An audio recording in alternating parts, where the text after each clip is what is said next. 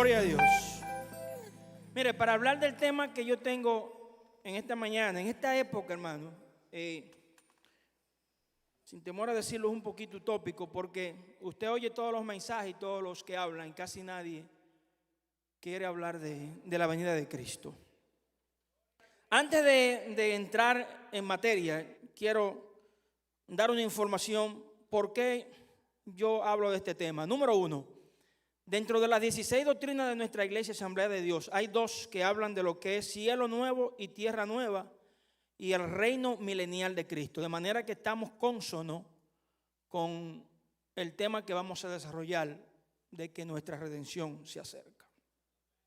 No obstante, si estuviéramos reunidos para hacer en los salones donde se hacen los premios de la Real Academia de la Ciencia en Suecia para los premios Nobel, yo no tendría ninguna calidad para hablar de que nuestra redención se acerca. Pero tampoco estamos reunidos en la Asamblea Nacional. No estamos tampoco reunidos en el Teatro Kodak de Hollywood, England, con sus 387,000 pies cuadrados y su Teatro Dolby, donde se entregan los premios Oscar de la Academia de las Artes y de las Ciencias Cinematográficas. No estamos reunidos en Cooperstown, New York, 5 años después del retiro de Albert Pujols, para saber si los miembros con derecho al voto, después de sus 703 cuadrangulares, le van a dar el premio de manera unánime. Estamos reunidos en el templo del Calvario.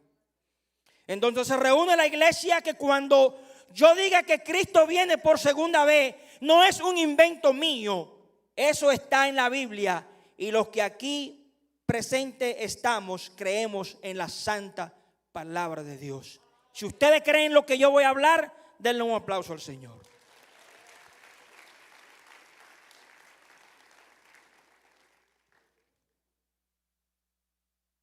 Nuestra redención se acerca. 36 veces se menciona en la Biblia la palabra redención.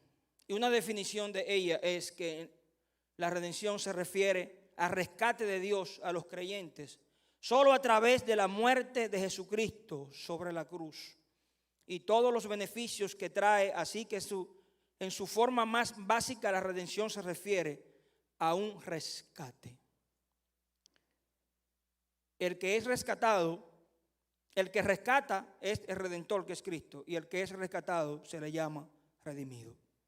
También, de una manera ilustrada y preciosa, podemos ver el concepto de la redención en el libro de Ruth. Cuando Noemí reconoce que Booz es pariente y le dice a su nuera en Ruth 2:20, sea el bendito de Jehová, pues que no ha rehusado a los vivos la benevolencia que tuvo para con los que han muerto. Después le dijo Noemí, nuestro pariente es aquel varón y uno de los que puede redimir. Booz entonces se convierte en redentor. Es quien les rescata de la situación aquejante que estaban pasando tanto Ruth como Noemí. Ellas se hubieran manejado no se hubiesen librado de una vida pobre y miserable de no encontrar a Booz, quien usó su forma de redentor.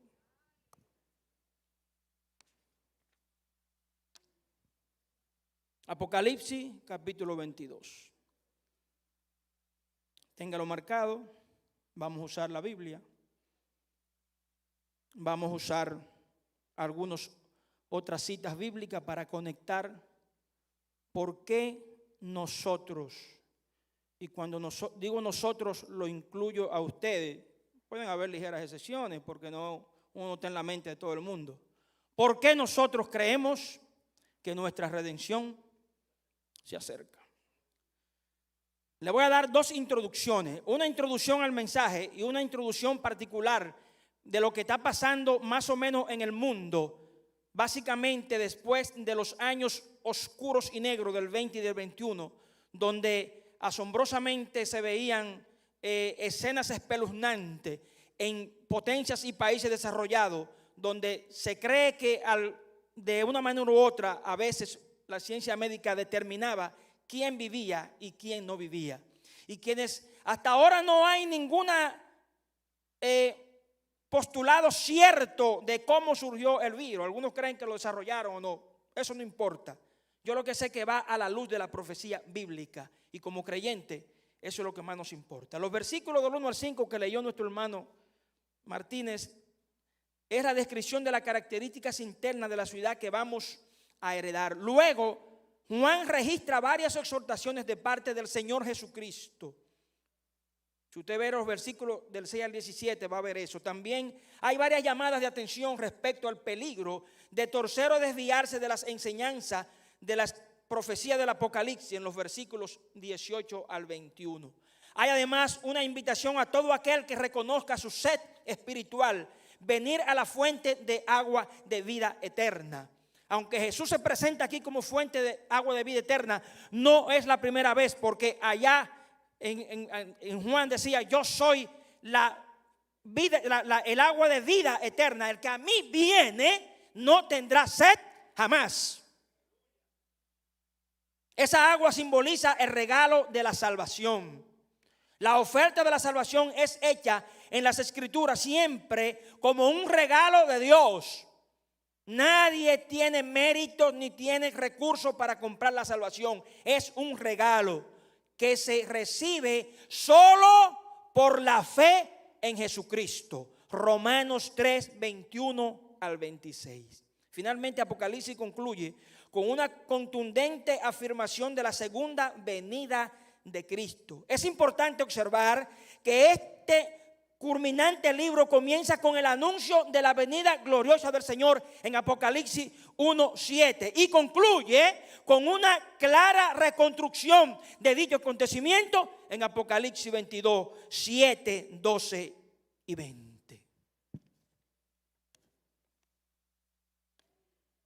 Comentario relacionado al tema.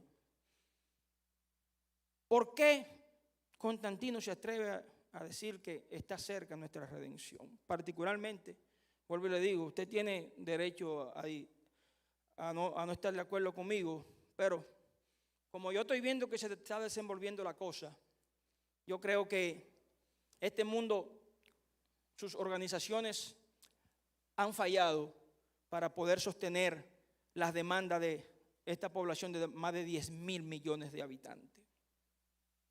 La agricultura y la ganadería son los sectores con mayor impacto ambiental. Al mismo tiempo, comer es derecho básico de cualquier persona. La producción de alimentos en el mundo es el mayor desafío para alcanzar la sustentabilidad.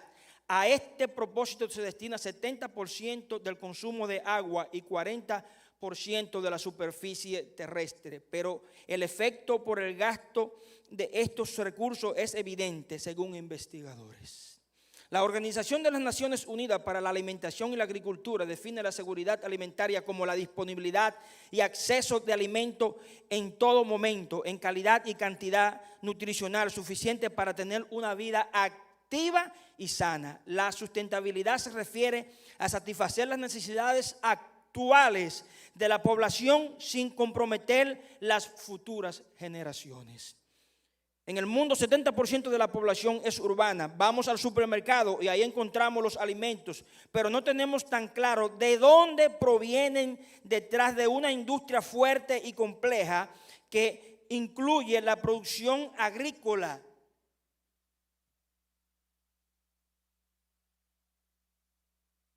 ganadera, el transporte de un continente a otro y el almacenamiento, entre otros factores. Informes de las Naciones Unidas dicen que las cifras del hambre en el mundo aumentaron hasta alcanzar 828 millones de personas en el 2021. El único informe sobre el estado de la seguridad alimentaria y la nutrición en el mundo revela que se está produciendo un retroceso en los esfuerzos por eliminar el hambre y la malnutrición. Pues hasta 46 millones aumentó el número de personas que padecen hambre en el mundo en el 2020 y el 2021, pico de la pandemia COVID-19.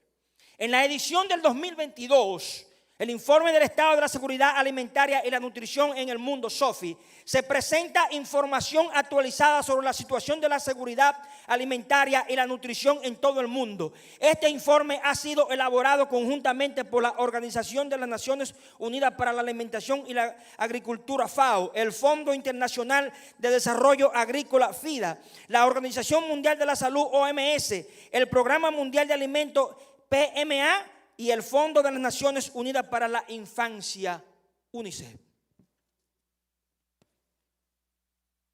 Alrededor de 2.300 millones de personas en el mundo, el 29.3% de la población mundial, se encuentra en situación de inseguridad alimentaria moderada en el 2021. Esto es 350 millones de personas antes de la pandemia. O sea que no podemos decir, que hubo pandemia. Habían 350 millones de personas. Y déle gracias a Dios que usted no esté incluido en ese número, que padecían hambre y desnutrición antes que nos azotara la pandemia del COVID-19. Cerca de 924 millones de personas, 11.7% de la población mundial, afrontaron niveles graves de inseguridad alimentaria, lo que supone un aumento de 207 millones en el intervalo de 2 años.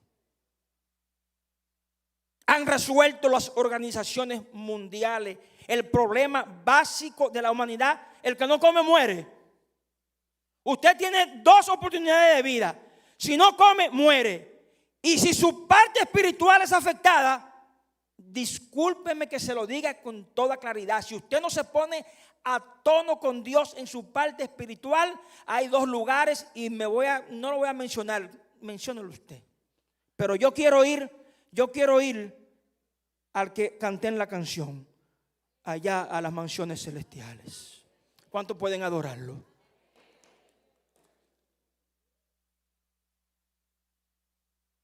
Juan ve en los versículos 1 al 5 lo que es el final de la visión de Santa Ciudad. Después me mostró un río limpio de agua viva. O sea, fíjense que Apocalipsis está lleno de figuras, de hipérboles. Pero en esta oportunidad, en la finalización del libro y de su capítulo, Juan está hablando del Cordero y de Dios y de algo literal. Ahí no hay figura, eso es literal. De manera que tome su parte y analícela. Me mostró un río de agua limpia, resplandeciente como el cristal, que salía del trono de Dios y del Cordero. ¿De dónde? Del trono de Dios y del Cordero. En medio de la calle de la ciudad y a uno y otro lado del río estaba el árbol de la vida. Juan está viendo una réplica de lo que pasó en la creación cuando Dios hizo el primer hombre. Porque Dios tiene su plan fríamente calculado y esquematizado para que usted y yo podamos acceder a él.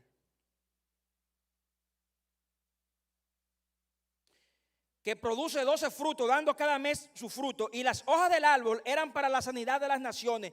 Y no habrá más maldición. Y el trono de Dios y del Cordero estará en ella. Y sus siervos le servirán. Yo espero estar ahí. Y verán su rostro y su nombre estará en su frente. No habrá allí más noche. Y no tienen necesidad de luz de lámpara ni luz del sol, porque Dios el Señor la iluminará. Y reinarán, ¿por qué tiempo? Por los siglos de los siglos. La visión del agua 22:1. El agua de vida es una referencia de la salvación que procede de Dios y del Cordero, de Cristo Jesús. La visión del árbol, los 12 frutos del árbol de la vida, 22:2a. Bienestar, esos frutos es bienestar de los habitantes de la Nueva Jerusalén. Allí no hay que hacer mediciones, no hay que hacer estadística, no hay que hacer telemaratón para recolectar alimento, porque cuando estemos en la Nueva Jerusalén tendremos todo a nuestras anchas.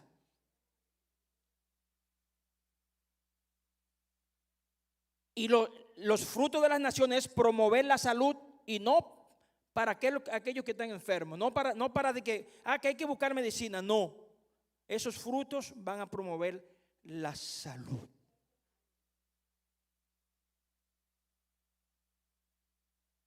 La ausencia de maldición de la ciudad. Se acabaron todos los entaponamientos. Se acabaron las vociferías. Se acabaron la imprudencia. Oh, hermano, pero yo me le pegué, mire, a un vehículo. Yo creo que ni con una lupa se ve. Me le pegué a un vehículo. Y sale este hombre con este pecho en un atajo. Digo, tranquilo, hermano. Gracias a Dios que tengo a Julio y tengo a Hilario. Yo se lo arreglo. Porque no es verdad que ese hijo del diablo me va a poner a discutir a mí cuando yo me iba a parar en este púlpito a hablar la palabra de Dios. Tranquilo. Y él me mira así, sale, ¿qué hombre es este? Y yo, tranquilo. Y mire mi número ahí, mire, yo no voy a esconder, mire el número, llámelo, llamó. Y yo tuve que llamarlo, él mande la foto y atracando más. Sara, está bien, yo se la mando. No hay que desesperarse. No permita que nadie lo desespere. Porque hoy está más cerca nuestra salvación que cuando creímos. La presencia del trono de Dios y del Cordero, 1.4, los versículos 22, 3b. La promesa de la visión del Cordero. La ausencia de noche y de luz del sol. La noche y las tinieblas simbolizan la maldad y la muerte. La luz simboliza la verdad y vida espiritual. Por eso Cristo siempre quiso que vivamos en luz. En su luz inagotable, en su luz preciosa. La promesa de reinar por los siglos de los siglos. Esta vida aquí, la Biblia dice que más o menos 70 y algo, y lo más robusto 80. Después de ahí es calamidad y frustración. Pero hermano, tengamos la certeza que Cristo dijo, voy pues a preparar lugar. Cristo no se fue a un resort al tercer cielo. Voy a preparar un lugar. No para multiplicar los ángeles, porque los ángeles que están no se multiplican como hemos estudiado. Voy a preparar lugar, no para llevar a María, José y sus 12 hermanos. Voy a preparar lugar. ¿Y quiénes son tus hermanos? Mis hermanos son aquellos que hacen mi voluntad. Si usted hace la voluntad de Dios, Él fue a preparar un lugar para que donde yo estoy, decía Jesús, con su indumentaria de príncipe, para que donde yo estoy, vosotros también estéis. Aleluya. Los versículos del 6 al 21 hablan de lo que es la exhortación final a la luz de la venida de Cristo. Y me dijo, estas palabras son fieles y verdaderas. Y el Señor, el Dios de los espíritus de los profetas, ha enviado su ángel para mostrar a su siervo las cosas que deben suceder allí. He aquí, vengo pronto. Nuestra redención se acerca. Bienaventurado el que guarda las palabras de la profecía de este libro. Yo, Juan, soy el que oye y vio estas cosas. Y después que las hube oído y visto, me postré para adorar a los pies del ángel que me mostraba las cosas. Pero él me dijo, no, mira, no lo hagas. Porque yo soy consiervo tuyo de los hermanos de los profetas, a los que guardan las palabras de este libro. Adora a Dios. Cuando venga la deuda, dígale, no, deuda, vete, yo adoro a Dios. Cuando venga la enfermedad, dígale, no, tú no estás en la lista, yo adoro a Dios. Cuando venga la confrontación, dígale, no tiene permiso para estar conmigo, yo adoro a Dios. Y miré y dijo, no selle las palabras de la profecía de este libro, porque el tiempo está cerca. El que es injusto sea injusto todavía. El que es inmundo sea inmundo todavía. El que es justo practique la justicia todavía. El que es santo, santifíquese todavía. He aquí yo vengo pronto y mi galardón conmigo para recompensar a cada uno según su obra. Revisen su lista. ¿Cuáles son las obras que está desarrollando? Porque Dios le va a pedir memoria de sus obras. Aunque no es las obras que lo va a salvar, pero Él lo tiene como requisito. Cuando usted va a un trabajo que le ponen como requisito, tiene que estar aquí a tal hora o tiene que desarrollar tal punto. Sin ese punto, usted no tiene el trabajo ni tiene la compensación. Entonces usted se esfuerza para hacerlo. Revise sus obras, porque Él dice que va a recompensar conforme a como sean nuestras obras. Bienaventurados los que lavan sus ropas para tener derecho al árbol de la vida. Hay que lavarla. Hay que estar impecable para poder recibir esos beneficios. Y para entrar a las puertas de la ciudad. Más, los perros estarán fuera. ¿Usted sabe quiénes son los perros? Según interpretaciones, los homosexuales, los ladrones, los idólatras. En la parte 2:10, hermanos, el versículo 10, hay un contraste con Daniel 12:4, que manda a sellar el libro hasta el tiempo del fin. Aquí manda a no sellar las palabras de la verdad profética de Dios, sino de revelarlas para que la gente sepa lo que pasará en el futuro. A Juan se le dio la palabra y la palabra hay que revelarla.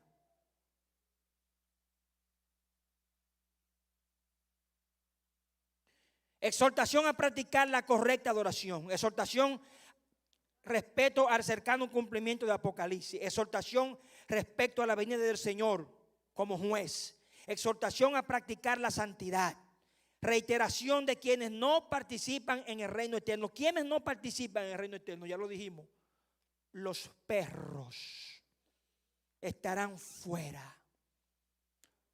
Los homosexuales, los hechiceros, los depravados, todo aquel que practica inmundalidad, asesinos de sangre fría y también de reputaciones, todos los falsos estarán fuera. Es una ciudad limpia, una ciudad perfecta. Por lo tanto, hermano, es ahora que hay que comenzar a prepararse para entrar a esa ciudad. Confirmación del origen divino de Apocalipsis. O sea, Apocalipsis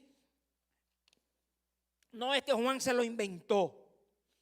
En la única parte que dice yo Jesús, en el versículo 16 de lo que estamos predicando, dice yo Jesús. Esta breve frase solo la encontramos en esta parte de las Escrituras, en donde Cristo recalca la importancia, concluye aquí el libro de Apocalipsis y declara la verdad de lo que se ha dado. La palabra ángel o mensajero, y en realidad se refiere a los pastores de la iglesia. Por eso que usted ve que no diga que con un decreto vamos a cambiar un pastor. No, hermano, guárdese su decreto. Guárdese su decreto. Que eso es un ministerio que viene de arriba.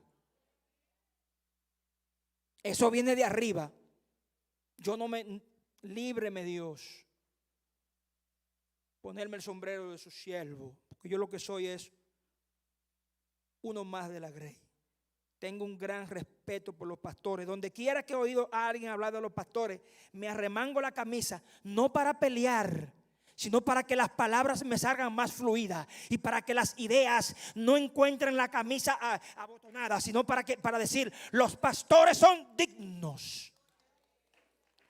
En todos los trabajos, en todos los lugares que he estado, he defendido el ministerio pastoral como algo digno.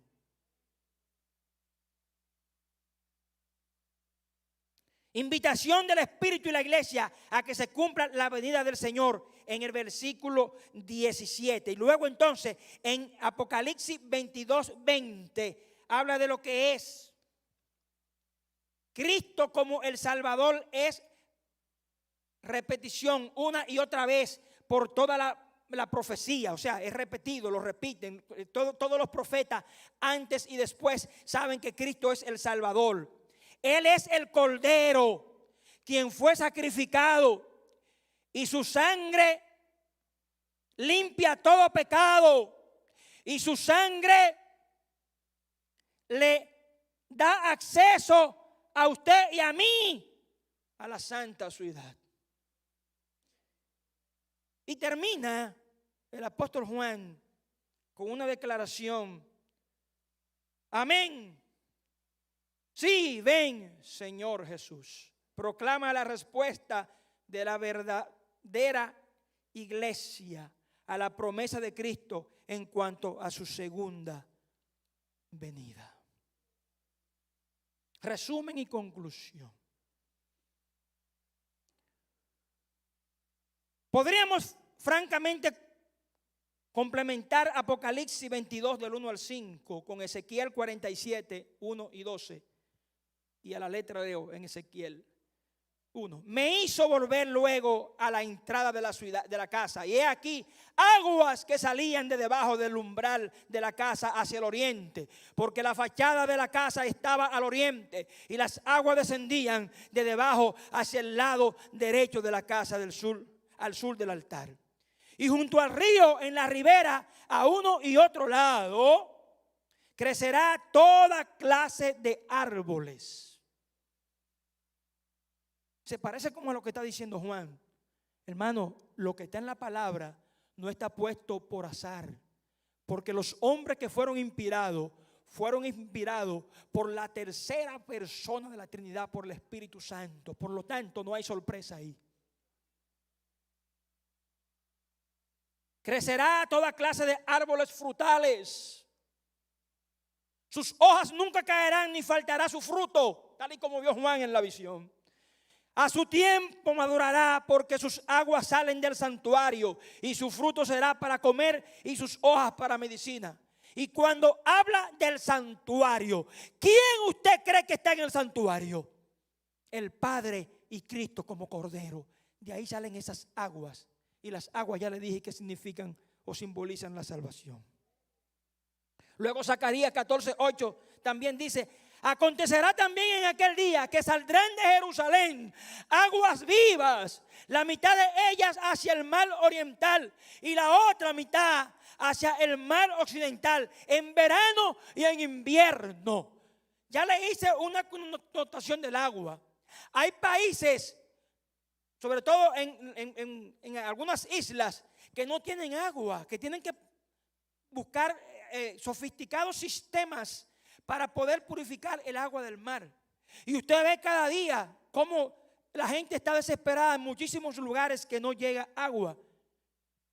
Sin embargo, hay que hacerle la salvedad a la gente, como se lo hizo Jesús a la mujer samaritana: el que bebiere de esta agua volverá a tener sed, mas el que bebiere del agua que yo le doy no tendrá sed jamás.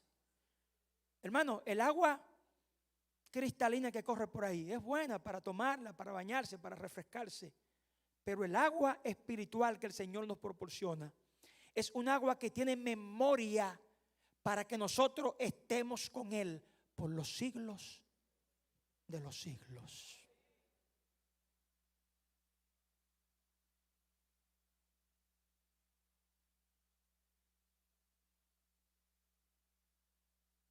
Cuando el apóstol habla de la palabra amén, dice que significa para todos y que todos alcancen la salvación. La palabra amén da clausura al libro de Apocalipsis, tal y como lo vimos.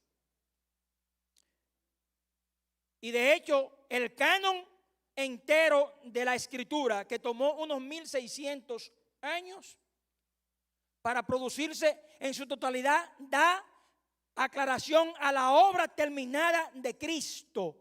Ya está terminada, y sobre eso todo el cielo junto con todos los redimidos han de clamar amén, amén, amén. Estos profetas que le acabo de mencionar, Ezequiel y Zacarías, se refieren a escenas relacionadas con el reino mesiánico, varios pasajes del Antiguo Testamento mencionan el agua como símbolo de bendición que fluye de la presencia de Dios, no de otro lugar. También lo vio el profeta Isaías en Isaías 12:3, 35:7, Jeremías en Jeremías 17:13 y en el Salmo 46:4. La escena contemplada por Juan tiene que ver con la nueva Jerusalén. ¿Cuántos quieren ir allá? ¿Cuántos anhelan la nueva Jerusalén? Una ciudad sin contaminación, sin entaponamiento. Pero la simbología perfecta es que es la ciudad de Dios. Que Dios la tiene para aquellos que cumplan los requisitos. Es decir, la nueva creación, no la tierra antigua que fue maldecida por el pecado. El ángel que guía a Juan en Apocalipsis 22, lo más probable que es el mismo del capítulo 21 y versículo 9. ¿Qué dice el capítulo 21 y el versículo 9?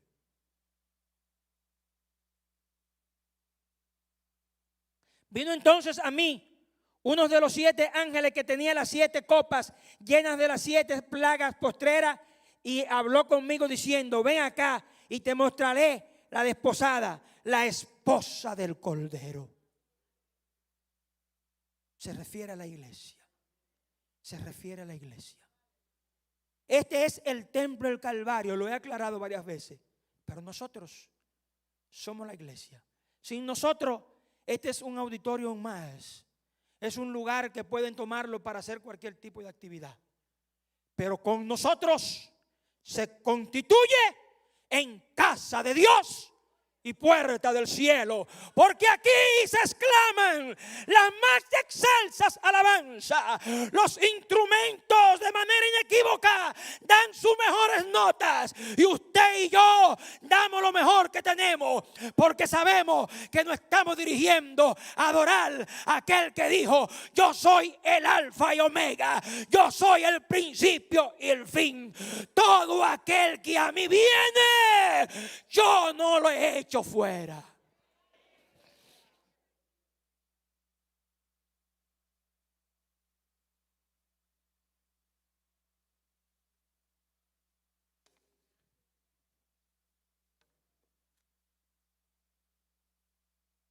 Nuestra redención se acerca. ¿Qué estamos haciendo para acceder a la presencia de Dios? ¿En qué estamos pensando? ¿Cuál es su día a día? ¿Cuál es el trabajo que el Señor le ha puesto para que usted sea un ente multiplicador, para que otros accedan a la redención? Juan,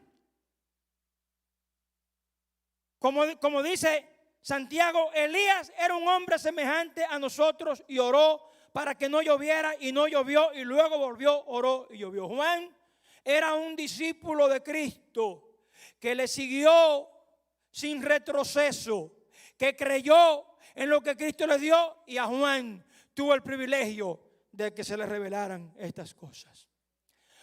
A lo mejor a usted no se le han revelado cosas tan complejas como esta, pero Dios le ha revelado otra más sencilla, que le dan la oportunidad de conquistar a otro para el reino.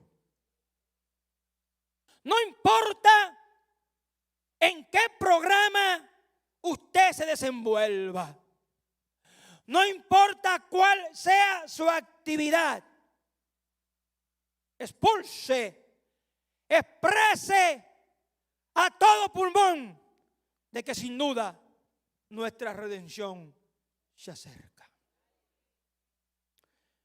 Independientemente del avance del mundo, de las potencias, de lo que hoy abren y cierran las llaves de los recursos con sofisticadas señas o contraseñas en sus aparatos electrónicos,